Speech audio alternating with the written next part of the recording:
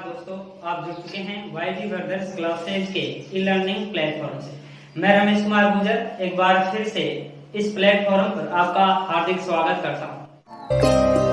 YG brothers classes e learning platform को subscribe करें। राजस्थान है संस्कृति की जो क्लासें चल रही थी, उसी कड़ी को आज हम आगे बढ़ाएंगे। और दोस्तों, एक नए टॉपिक की बात करेंगे जिसका नाम है संत संप्रदाय। सबसे पहले हम बात करेंगे संत की। संत क्या होते हैं?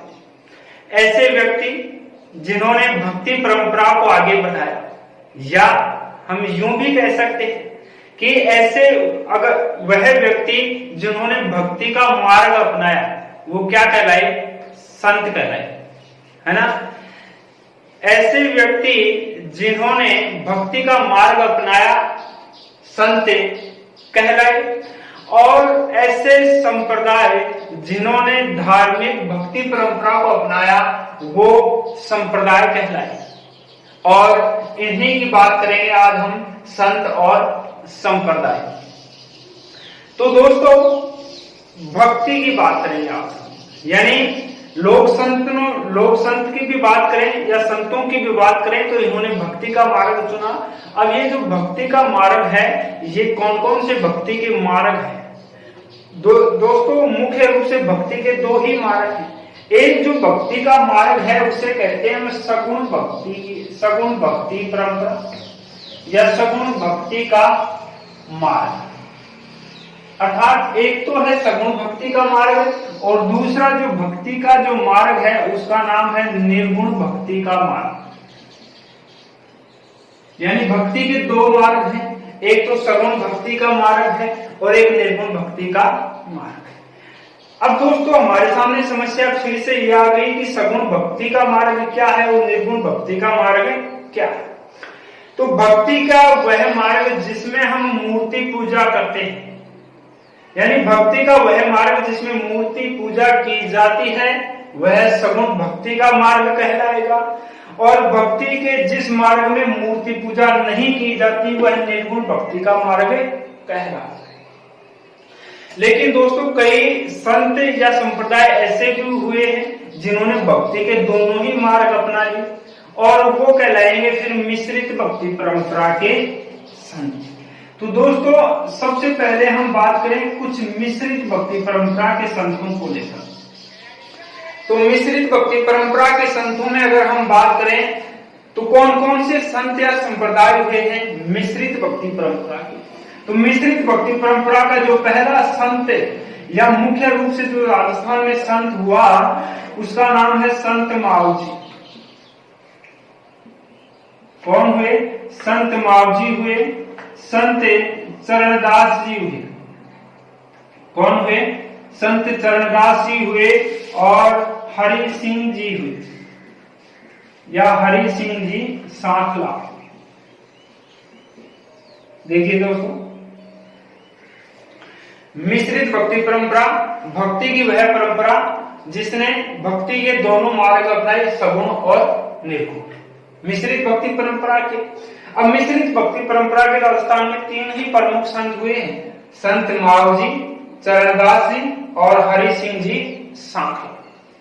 यही दोस्तों, हम अब बात करें निर्गुण भक्ति परंपरा के राजस्थान में कौन कौन से संत हुए। तो निर्गुण भक्ति परंपरा के अगर हम संतों की बात करें तो एक संत है जिसका नाम है जाम्बो जी, एक संत है जिसका नाम है जसनाथ जी। नाम सुना है दोस्तों? जाम्बो जी, जसनाथ जी, दादू दयाल जी निर्गुण भक्ति परंपरा के संत थे।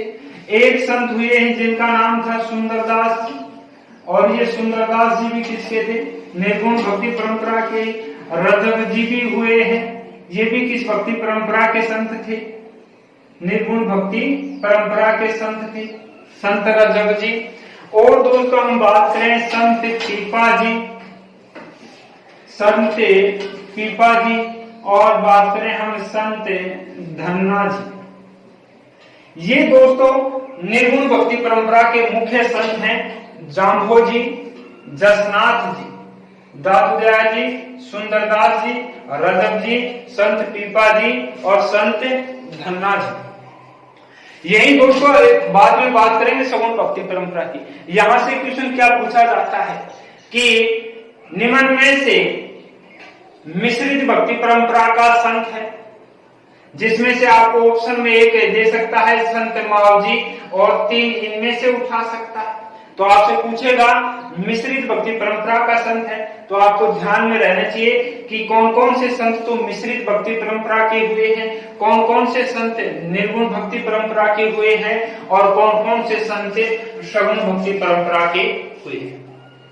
अब दोस्तों सबसे पहले हम बात करेंगे किसकी, सगुण भक्ति परंपरा के कौन कौन से संत और संप्रदाय हुए।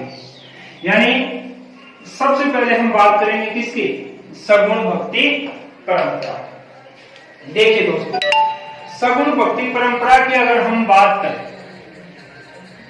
सगुण भक्ति परंपरा की हम बात करें तो सगुण भक्ति परंपरा में हमारे सामने 2 ही संप्रदाय प्रचलित हैं। एक तो है जिसका नाम है शैव संप्रदाय, एक तो संप्रदाय है जिस संप्रदाय का क्या नाम है, शैव संप्रदाय, और एक जो संप्रदाय है उस संप्रदाय का नाम है वैष्णव संप्रदाय। इनके बारे में हम जानकारियां हासिल करेंगे आज की क्लास में। शैव और वैष्णव जो किसके संप्रदाय में, सगुण भक्ति परंपरा। देखिए दोस्तों, शैव संप्रदाय वह संप्रदाय जो भगवान शिव और उसके अवतारों की पूजा करता है, शैव संप्रदाय कहलाया। वह संप्रदाय जो भगवान विष्णु और उसके अवतारों की पूजा करता है वो क्या कहलाया, वैष्णव संप्रदाय। यही सबसे पहले दोस्तों हम बात करें किसकी, शैव संप्रदाय की। और शैव संप्रदाय की भी कई शाखाएं हमारे सामने प्रचलित हैं। जैसे दोस्तों हम शैव संप्रदाय की अगर शाखाओं की बात करें तो शैव संप्रदाय की एक जो शाखा है जिसका नाम है नाथ संप्रदाय। कौन सा संप्रदाय है, नाथ संप्रदाय है। और एक जो संप्रदाय है जिसका नाम है पाशुपति संप्रदाय। कौन सा है, पाशुपति संप्रदाय है। और एक ही शैव संप्रदाय का हमारे सामने संप्रदाय प्रचलित है जिसका नाम है कपालिक संप्रदाय। और एक संप्रदाय है जिसका नाम है लिंगावत संप्रदाय। ये दोस्तों हमारे सामने शैव धर्म की, शैव संप्रदाय की कुछ क्या है, शाखाएं। नाथ संप्रदाय, पाशुपति संप्रदाय, कपालिक संप्रदाय, लिंगावत संप्रदाय। सबसे पहले देखिए दोस्तों हम बात करें नाथ संप्रदाय की। तो नाथ संप्रदाय की हम बात करें तो नाथ संप्रदाय के प्रवर्तक कौन थे। क्वेश्चन पूछा जाता है ऐसा कि नाथ संप्रदाय के प्रवर्तक कौन थे। तो नाथ संप्रदाय के जो प्रवर्तक हुए हैं वो थे मत्स्येंद्र नाथ। क्वेश्चन सीधा पूछा जाता है कि नाथ संप्रदाय के प्रवर्तक कौन थे, तो कौन थे, मत्स्येंद्र नाथ। इसी मत्स्येंद्र नाथ का मूल नाम था योगिनी कौल। तो हमसे पूछा जाता है कि मत्स्येंद्र नाथ का मूल नाम क्या था, योगिनी कौल था। तो फिर योगिनी कौल से मत्स्येंद्र नाथ क्यों पड़ा। यानी नाथ संप्रदाय का प्रवर्तक था मत्स्येंद्र नाथ जिसका मूल नाम था योगिनी कौल। तो योगिनी कौल को मत्स्येंद्र नाथ क्यों कहा गया। कहा जाता है कि जब भगवान शिव कैलाश पर्वत पर मां पार्वती को अमर कथा सुना रहे थे तब कहा जाता है कि ये योगिनी कौल मछली के गर्भ में रहकर भगवान शिव की मुखवाणी से इन्होंने अमर कथा सुनी थी, इसीलिए ये क्या कहलाया, मत्स्येंद्र नाथ कहलाया। तो क्वेश्चन 2 पूछे जाते हैं, नाथ संप्रदाय का प्रवर्तक मत्स्येंद्र नाथ और मत्स्येंद्र नाथ का मूल नाम योगिनी कौल था। यही देखिए दोस्तों, नाथ संप्रदाय के जो प्रवर्तक हुए मत्स्येंद्र नाथ, इसके 2 शिष्य हुए। कितने शिष्य, 2 शिष्य। एक तो शिष्य था जिसका नाम था गोरखनाथ। तो हमसे पूछ सकता है कि गोरखनाथ के गुरु का क्या नाम था, मत्स्येंद्र नाथ। और एक जो प्रमुख शिष्य हुआ जिसका नाम था जालंधर नाथ। क्या नाम था, जालंधर नाथ। ये 2 प्रमुख शिष्य थे किसके, मत्स्येंद्र नाथ। और देखिए दोस्तों, गोरखनाथ का भी एक शिष्य हुआ जिसका नाम है भर्तरी। क्या नाम है? भर्तरी। देखिए दोस्तों, भर्तरी की बात करें, जो किसका शिष्य था? गोरखनाथ का। वैसे तो भर्तरी की बात करें तो ये भर्तरी था, इसका पूरा नाम था राजा भर्तरी, और ये राजा भर्तरी शासक था कहाँ का? उज्जैन का। कहा जाता है कि भगवान गुरु गोरखनाथ से शिक्षा दीक्षा ली और इन्होंने भी नाथ संप्रदाय ग्रहण कर लिया, और शासक कहाँ के थे? उज्जैन के। क्वेश्चन यहाँ से ये पूछा जाता है कि जो गुरु गोरखनाथ का शिष्य था राजा भर्तरी, उनका संबंध था कहां से? उज्जैन से था। अब राजा भर्तरी का संबंध उज्जैन से था, उज्जैन के शासक थे, गुरु गोरखनाथ से शिक्षा दीक्षा ले और आ जाते हैं राजस्थान, और राजस्थान में आ जाते हैं कहां? सरिस्का अलवर में। कहां आ जाते हैं? सरिस्का अलवर में। और यहाँ सरिस्का अलवर में आकर ही राजा भर्तरी तप करते।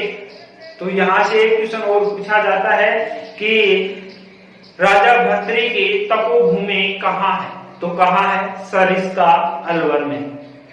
यही सरिस्का अलवर में इनकी क्या बनी हुई है? समाधि बनी हुई। तो राजा भर्तरी की समाधि भी कहाँ है? सरिस्का अलवर में। और मंदिर भी कहाँ है? सरिस्का अलवर में। मेला भी कहाँ लगता है? सरिस्का अलवर में। देखिए दोस्तों, राजा भर्तरी की तपोभूमि कहाँ रही? राजस्थान में, सरिस्का अलवर में। राजा भर्तरी की समाधि भी कहाँ है? सरिस्का में। और दोस्तों मंदिर भी कहाँ है?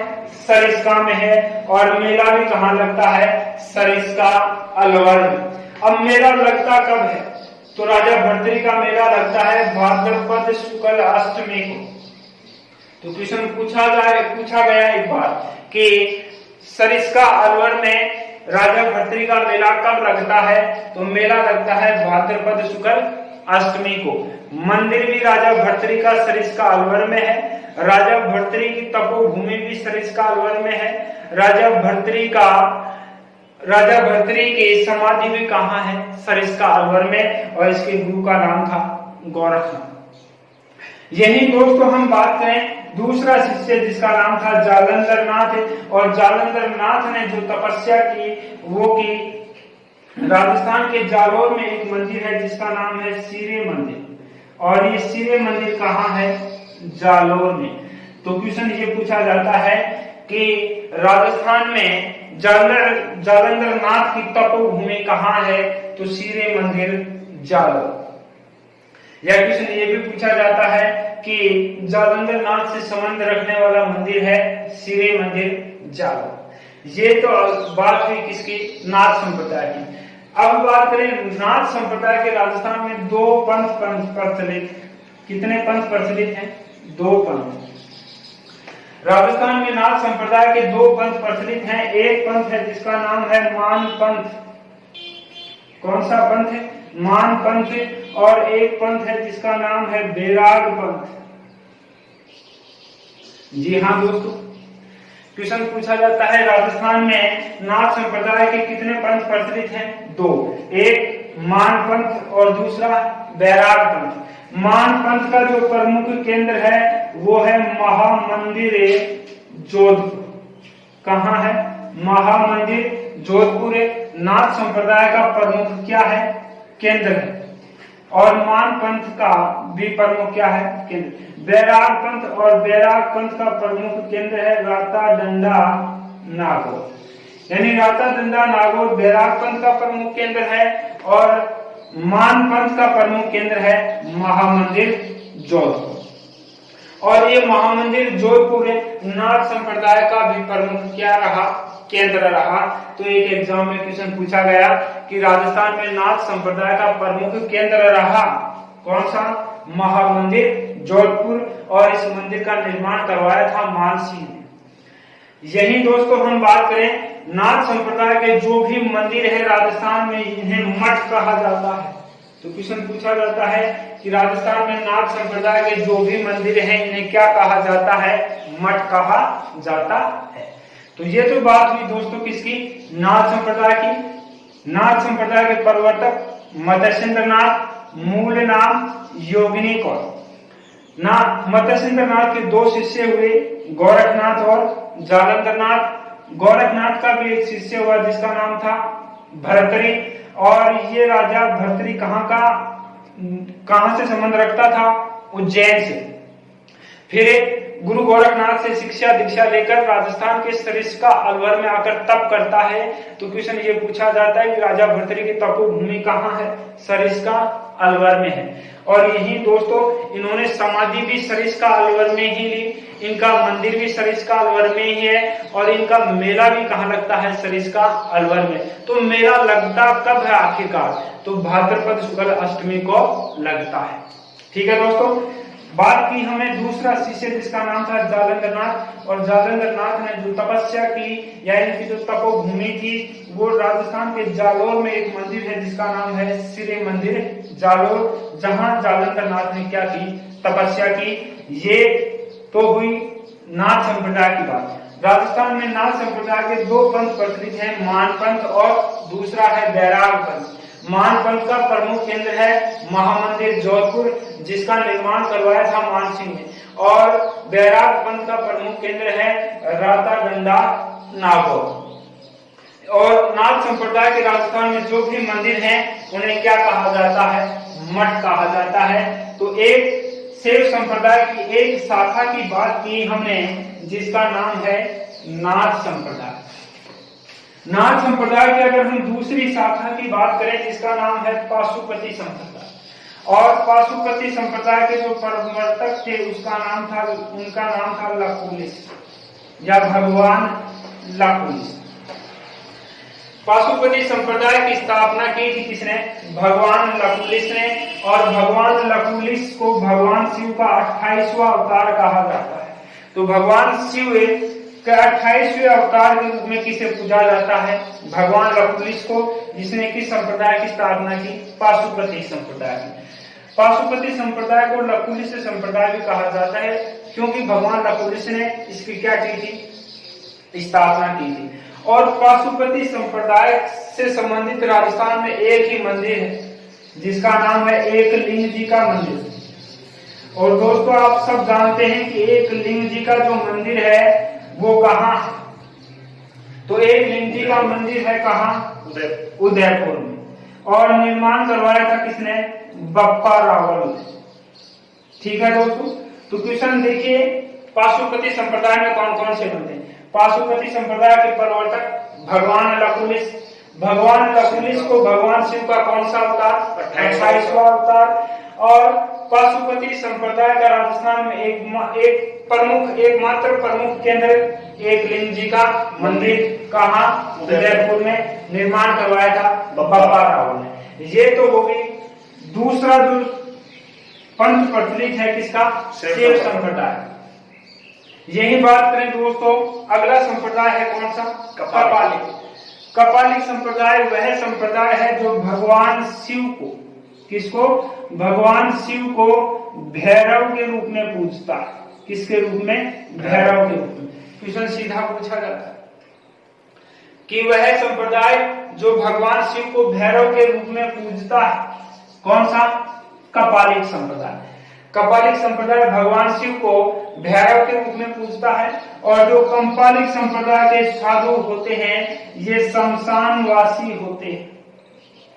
तो हमसे सीधा क्वेश्चन पूछा जाता है कि किस शैव संप्रदाय में किस संप्रदाय के साधु शमशानवासी होते हैं? कपालिक संप्रदाय के। और ये तांत्रिक भी होते हैं। तो हमसे ये भी पूछा जा सकता है कि किस संप्रदाय के साधु तांत्रिक होते हैं? कपालिक संप्रदाय के। और ये जो कपालिक संप्रदाय के साधु होते हैं ये नर बलि को वेद मानते हैं। तो हमसे ये भी पूछा जा सकता है कि किस संप्रदाय के साधु नर बलि को वेद मानते हैं? कपालिक संप्रदाय के साधु। कपालिक संप्रदाय के जो भी साधु हुए हैं ये मानव की खोपड़ी में क्या करते हैं? सुरपान करते हैं। तो क्वेश्चन हमें ये भी पूछा जा सकता है कि किस संप्रदाय के साधु मानव की खोपड़ी में सुरपान करते हैं? तो कपालिक संप्रदाय के साधु। तो कपालिक संप्रदाय में हमने जानकारियां हासिल की कि वह संप्रदाय जो भगवान शिव को किस रूप में पूजता है? भैरव के रूप में। ये कपालिक संप्रदाय के साधु शमशानवासी, तांत्रिक और नरबलि को वेद मानते हैं और मानव की खोपड़ी में क्या करते हैं, सुरपान करते हैं। कि संप्रदाय के साधु कपालिक संप्रदाय के साधु। अगला संप्रदाय है लिंगावत संप्रदाय।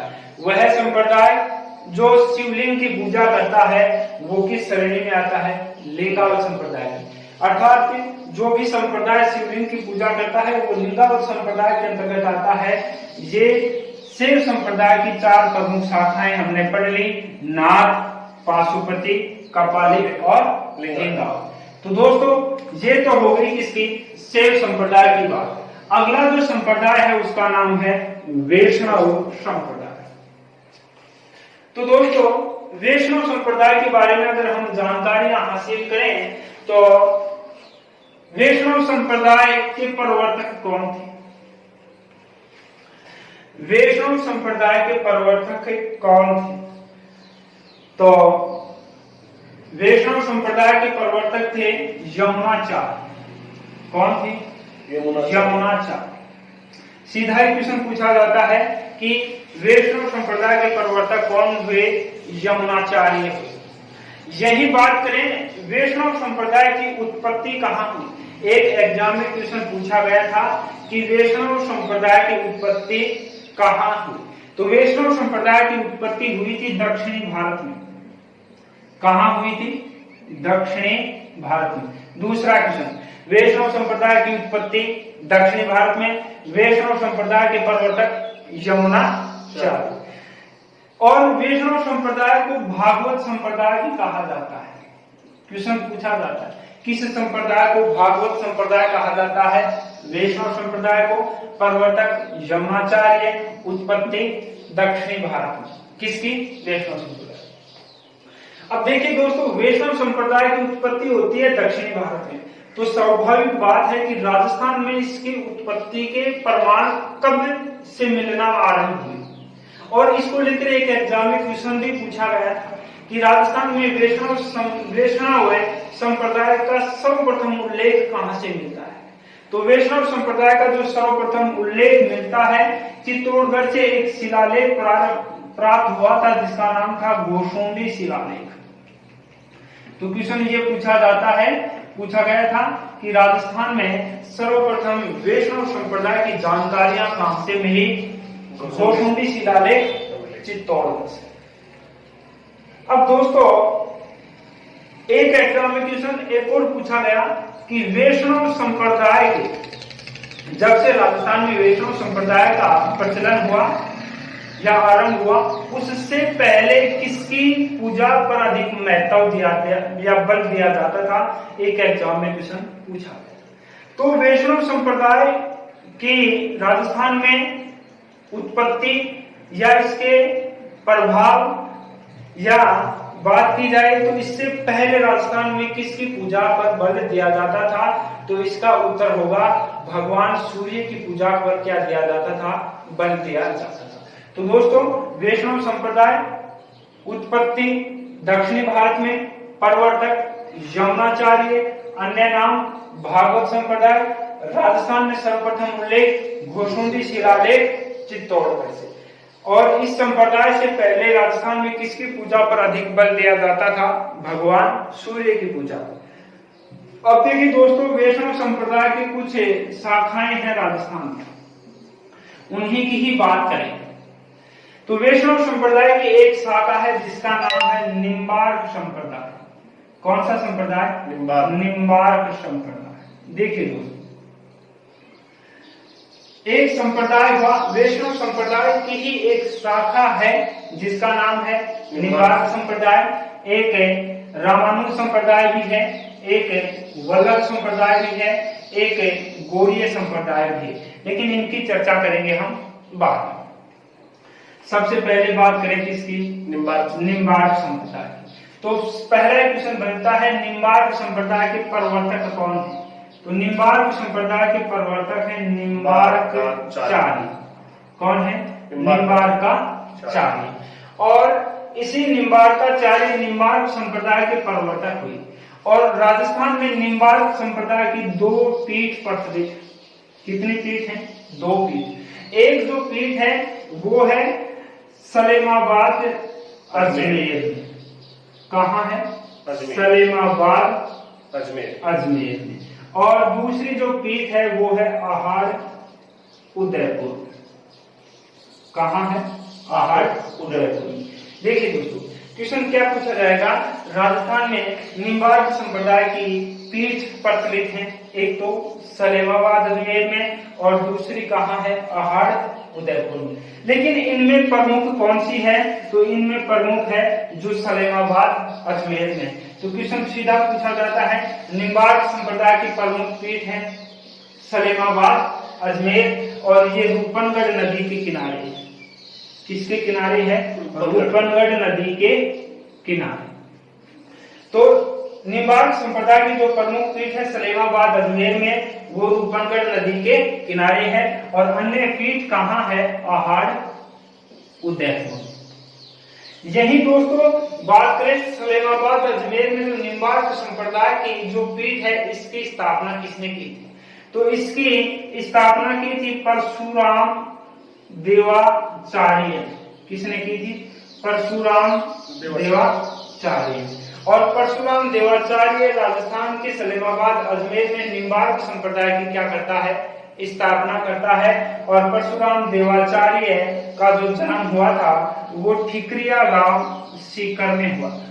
तो हमसे ये पूछ सकता है कि परशुराम देवाचार्य का संबंध कहाँ से है?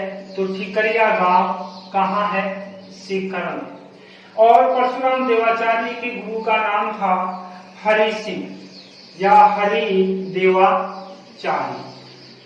तो परशुराम देवाचार्य के गुरु थे हरि देवाचार्य।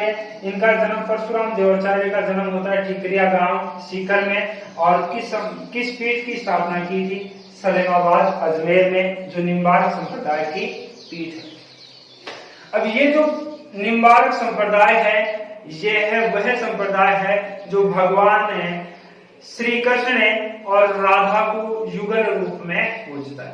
आपने देखा होगा दोस्तों, आप अगर मंदिरों में जाते हैं तो कहीं भगवान श्री कृष्ण की ही प्रतिमा होती है, कहीं राधा की होती है, लेकिन अकेला एकमात्र यह संप्रदाय है जो भगवान